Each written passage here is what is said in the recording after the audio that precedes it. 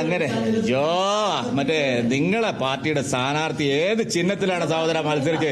എന്താ തുടക്കം? എന്താ സാറ് നിങ്ങളെ LDF-ന്റെ കഥ പറയണ്ട. അവർ എന്ത് ചിഹ്നത്തിലാണ് നിങ്ങൾ മത്സരിക്കുക?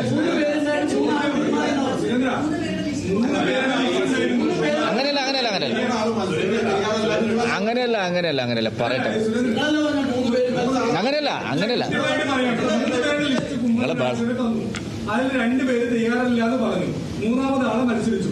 അദ്ദേഹം മത്സരിക്കുന്നതിന് തലേദിവസം വരെ അതിപ്പോ എന്താണെന്നറിയോ കാരണം? മത്സരിക്കുന്ന ആളില്ലാതായ അല്ലല്ല അങ്ങനെയല്ല. അദ്ദേഹം മത്സരിക്കരുത് എന്നല്ല അതിന്റെ അർത്ഥം. അദ്ദേഹത്തിനും അവിടെ തന്നെ മത്സരിക്കണം എന്നുള്ള അമിതമായ ആഗ്രഹം ഉണ്ടായിരുന്നില്ല. അതാണ് സത്യം. പക്ഷേ ഞങ്ങള് പാർട്ടി തീരുമാനം അച്ചടക്കമുള്ള പ്രവർത്തകർ എന്നുള്ളതിൽ അദ്ദേഹം അനുസരിച്ചു. അതിന് നിങ്ങളത് വലിയ വിഷയമാക്കണ്ട. എന്റെ ചോദ്യം നിങ്ങൾ ചോദിച്ചല്ലോ, നിങ്ങളെ പാർട്ടിയിൽ ഒരാളുണ്ടായോ? എന്താ അയാളുടെ സ്ഥിതി? അല്ല, ഇവിടെ ഒരു ചോദ്യമുണ്ട്.